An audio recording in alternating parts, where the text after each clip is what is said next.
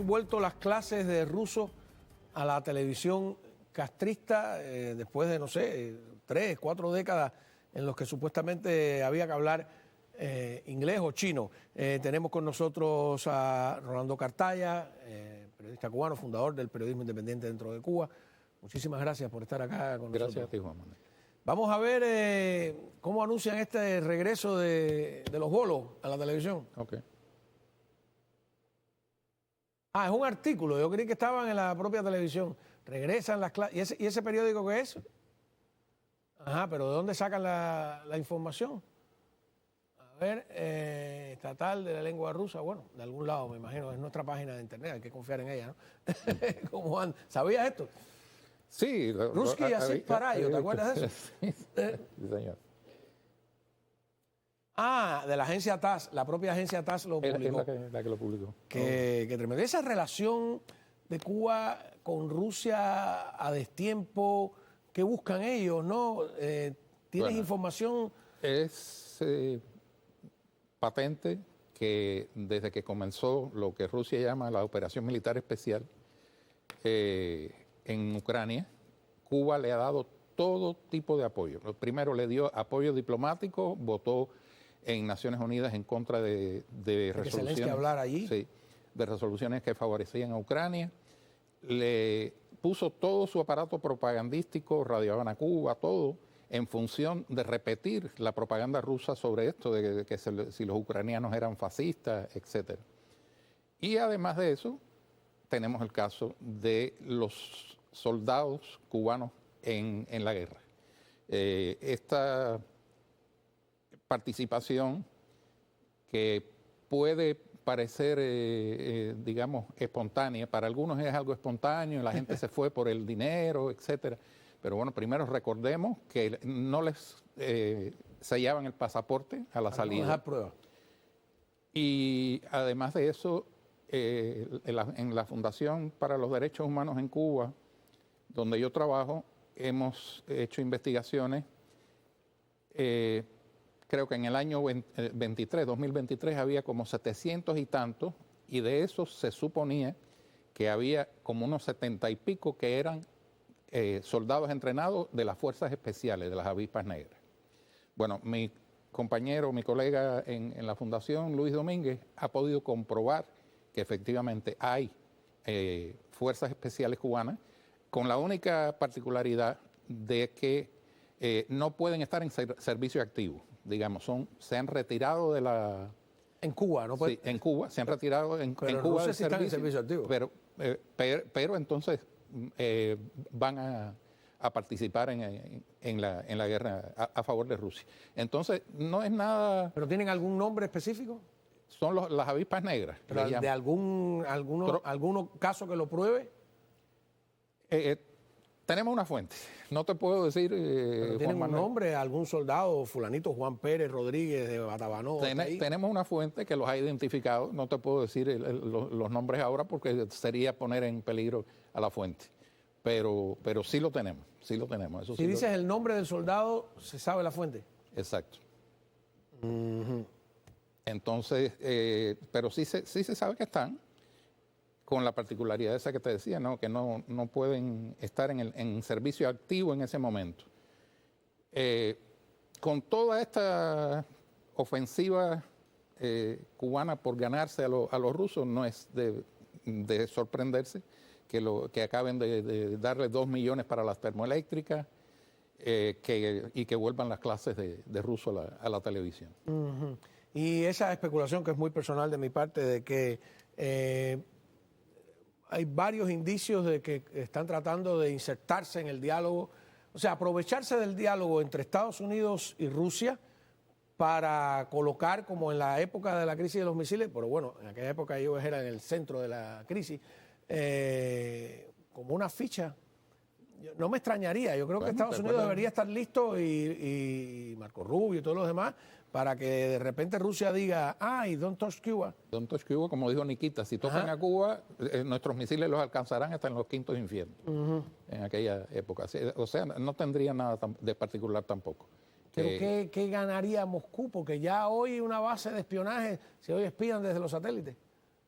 Cuba, como te digo, no solo es, digamos, es útil desde el punto de vista de la base de espionaje, es útil desde el punto de vista de la inteligencia, desde el punto de vista diplomático y desde el punto de vista de la propaganda, como te había dicho. Y ya por último les han mandado los soldados, ¿no? O sea, han permitido, porque es imposible que en un país como Cuba, no sepa el gobierno lo que está pasando y diga que es un esquema de trata de personas. No, el esquema de trata de personas es el que están llevando a cabo ellos con estos soldados en la guerra de Ucrania. Claro. Ahora, también el vínculo con Venezuela, ellos están viendo que de alguna manera hay una conversación con Maduro, que no toda la oposición venezolana, yo diría que lo ve con buenos ojos, y en ese caso, en ese contexto, Jorge Rodríguez, que es el cabecilla de la Asamblea de Maduro, es recibido al más alto nivel en Cuba. Creo que tenemos ahí algo de eso.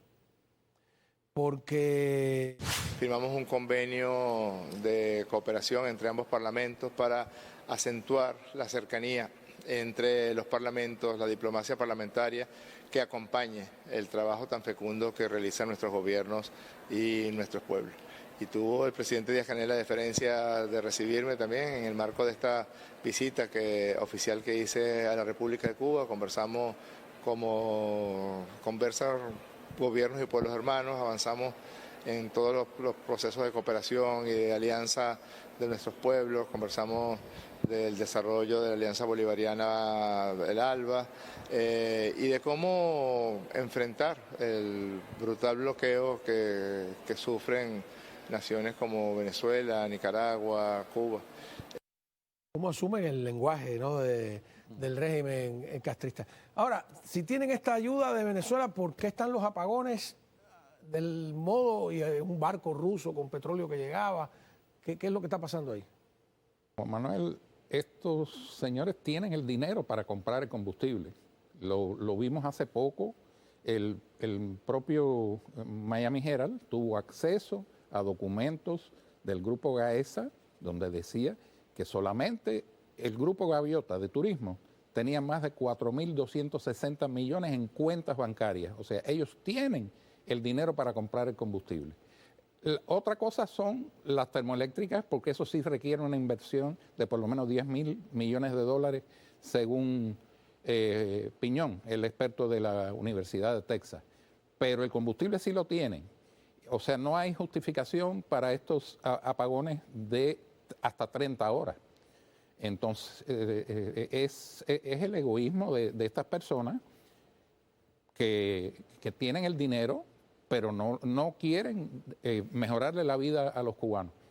Incluso han estado amenazando con un éxodo ahora, que la situación es tan mala en Cuba porque el bloqueo provoca la inmigración y entonces la administración Trump tiene que discernir bien qué es lo que va a hacer. Es lo mismo que puso Maduro sobre la mesa.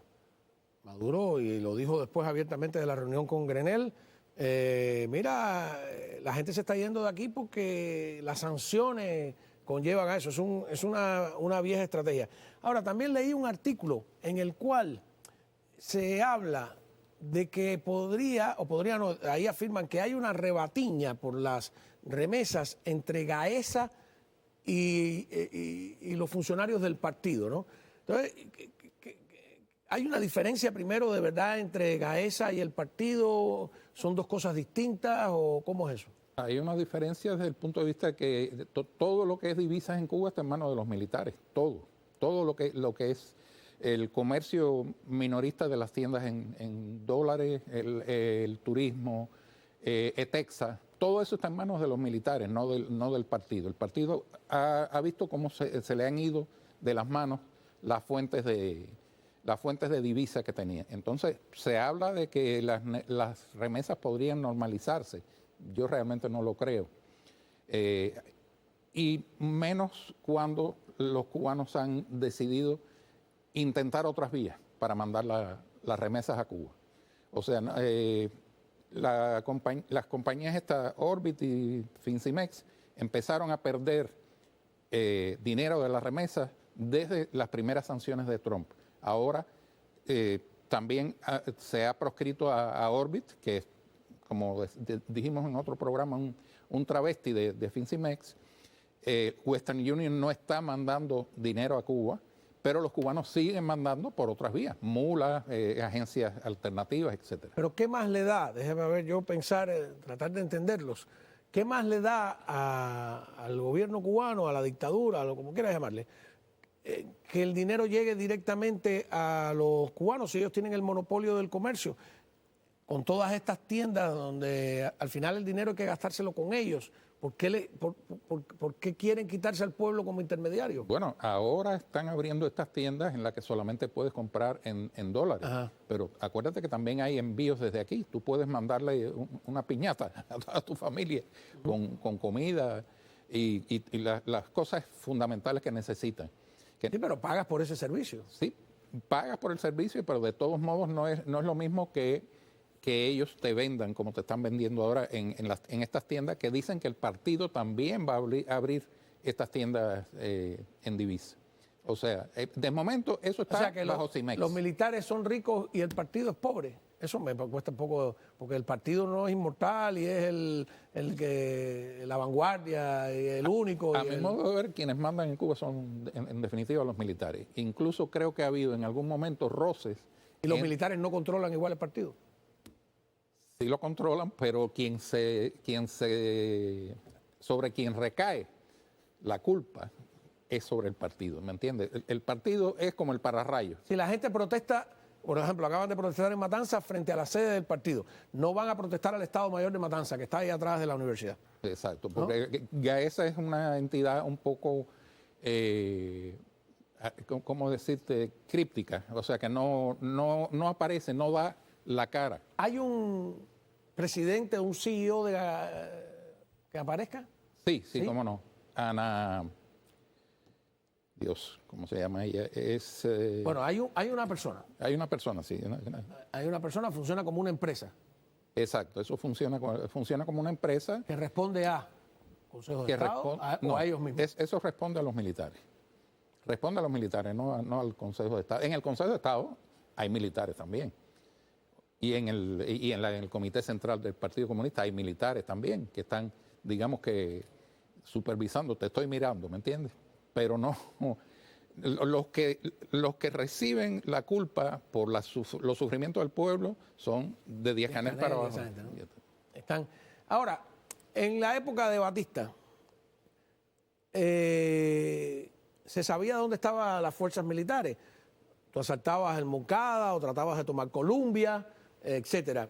Hoy en día, sí, a lo mejor los que pasaron el servicio, el ejército, tienen idea, pero no hay unos lugares visibles, ¿no?, que hubiese que ocupar, digamos, en caso de un conflicto, ¿no? ¿Qué ocupa? ¿El Ministerio de las Fuerzas Armadas, en la plaza? Estar del interior ahí, ¿no? Es una cosa, yo creo que hecha maquiavélicamente, ¿no? Sí, por supuesto, no está como camuflado todo eso, no hay una presencia militar más que cuando ellos la necesitan. Tú no ves a los militares cuando necesitan impresionar a la gente y eso, entonces sacan a los boinas negras o han sacado incluso a las avispas negras, como en el caso de aquel caserío del CEPEM, que ellos están en una unidad en Playa Baracoa, en el municipio Bauta, y participaron en la represión contra aquella gente que estaban armando unas lanchitas porque se querían ir. Sí. O nos enteramos cuando explotan un arsenal, un polvorín, etcétera. Vamos a una pausa, volvemos. ¿Siguen muriendo cubanos en Ucrania? Siguen muriendo cubanos.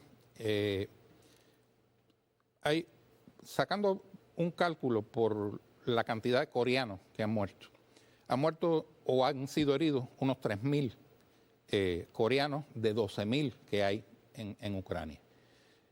Los cubanos se han calculado en 5.000. Si tú sacas más o menos una proporción similar, tiene que haber muchos más muertos. Nosotros conseguimos el nombre de un muchacho que está en el reportaje de Nápoles, de Radio Europa Libre y Radio Libertad, donde aparecía una esquela mortuoria de este muchacho en las redes rusas. En las redes rusas, porque todo este reportaje está basado en lo que los cubanos publican en una red rusa que se llama BK o B-Contact. Ese es Alexei Aldana Aguilar. No, me di cuenta al ver la esquela mortuoria que en cirílico ese era el nombre que aparecía.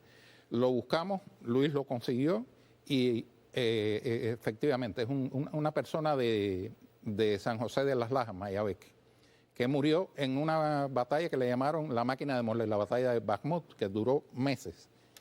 Finalmente los rusos ocuparon la ciudad, pero destruyeron el 60% de esa ciudad. Y claro, el tema de los coreanos, que yo creo que los han retirado del frente, no sé si es... Sí, eso es lo último que se dice, que los han retirado porque han tenido muchas bajas. Ajá. Y ha sido en tiempo récord. Los lanzaron ahí y esos sí son parte del ejército regular. Sí, totalmente. En el caso cubano yo hablé con por lo menos un mayor, con otros oficiales cubanos que protestaron. Mira qué curioso, porque recuerda que al principio hubo dos muchachitos que no hemos sabido más de ellos. Sí. Dos muchachitos que dijeron, por lo menos yo no he sabido más de ellos, que los habían apresado porque no querían pelear, jovencitos, y ellos dijeron, no tenemos entrenamiento militar, aquí nos están trayendo sin entrenamiento militar. Y hubo dos oficiales que se molestaron y se comunicaron con nosotros, y yo los entrevisté, y él decía, yo sí tengo entrenamiento militar, yo soy mayor. Y yo dije, qué bien, mira, qué interesante, ¿no? Sí. De la Fuerza Armada, sí, ¿qué más? ¿Y qué te entrenaron? Y no, y aquí está el teniente no sé qué. O sea que sí, claro que hay... Y es otra cosa, Juan Manuel. La inmensa mayoría de estos muchachos, de esta gente que han ido a la guerra en Ucrania, tienen experiencia militar. Quien único controla la información militar en Cuba, o sea, el MINFAR, pero los comités militares en cada municipio. Me pregunto, y te lo dejo, si tuvieron que ver los comités militares en esta conscripción, este llamado a participar en la guerra en Rusia. Unos dicen que fue a través de las redes sociales, pero también se dice que ha habido reclutadores. Que Cuba es imposible... ¿Nunca enseñaron a la famosa rusa? Es imposible que... nunca la enseñaron.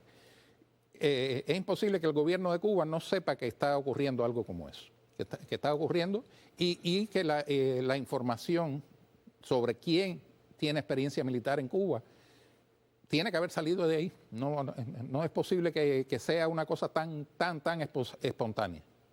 Los que vivimos el reclutamiento de cubanos para la guerra de Angola y también Mozambique, Etiopía, etcétera, sabemos que en un principio, 1975, eso era un secreto de Estado. Te enterabas porque fulanito se fue, mengano lo llevaron, pero era algo que la guerra de Angola no apareció en la prensa cubana, yo creo que durante los primeros 10 años. No aparecía. Tú no oías hablar. Hoy la gente habla de la batalla esa famosa de Cuito Cuanavales. No, todo eso a posteriori. Sí, Tú nunca oíste hablar de por dónde estaban las tropas cubanas, las de Sudáfrica, la de... Era secreto. Era una cosa secreta. Y ahora, o sea, por eso es que ahora sabemos, los hemos visto actuar. O sea, ¿quién se cree allá, que se crea en Washington, en la Conchinchina, que el gobierno cubano no tiene nada que ver? Además que todo lo condena, ¿no? Como tú dices, la relación diplomática de espionaje, el apoyo a la guerra, la propaganda. 2 por 2 es 4, ¿no? 2 es 3. Es una cosa... es tremendo, ¿no? Porque hay que ver ahora, ¿tú crees que terminemos viendo un escenario como el que se dio en Venezuela con Cuba, de que el gobierno norteamericano y la administración Trump cometa el error de ir a negociar la devolución de cubanos con el castrismo, que eso es lo que ellos quieren? Yo creo que sería todavía peor que lo de Venezuela, porque es que la cabeza de la serpiente está en Cuba. En 2019, escribimos un libro a 4 manos en la fundación, se llama Cubazuela, crónica de una intervención cubana. Y en ese libro tomamos fuentes de los militares disidentes de Venezuela y todos nos dijeron cómo la contrainteligencia cubana, la inteligencia cubana, se fueron permeando a las Fuerzas Armadas, cambiaron la doctrina de las Fuerzas Armadas venezolanas, y ya cuando vienen las protestas del año 2014 y 2017, eran los cubanos los que estaban dirigiendo incluso a los francotiradores. O sea, terrible, ¿no? Sí. Teníamos una grabación de un militar cubano diciéndole, bueno, mira, ustedes toman un lugar alto y desde ahí ustedes pueden dominar el área. Y recordamos aquellas muchachas, una modelo que le dieron un tiro en la cabeza. Fue tremendo el puente. Vamos a una pausa y volvemos con la conclusión.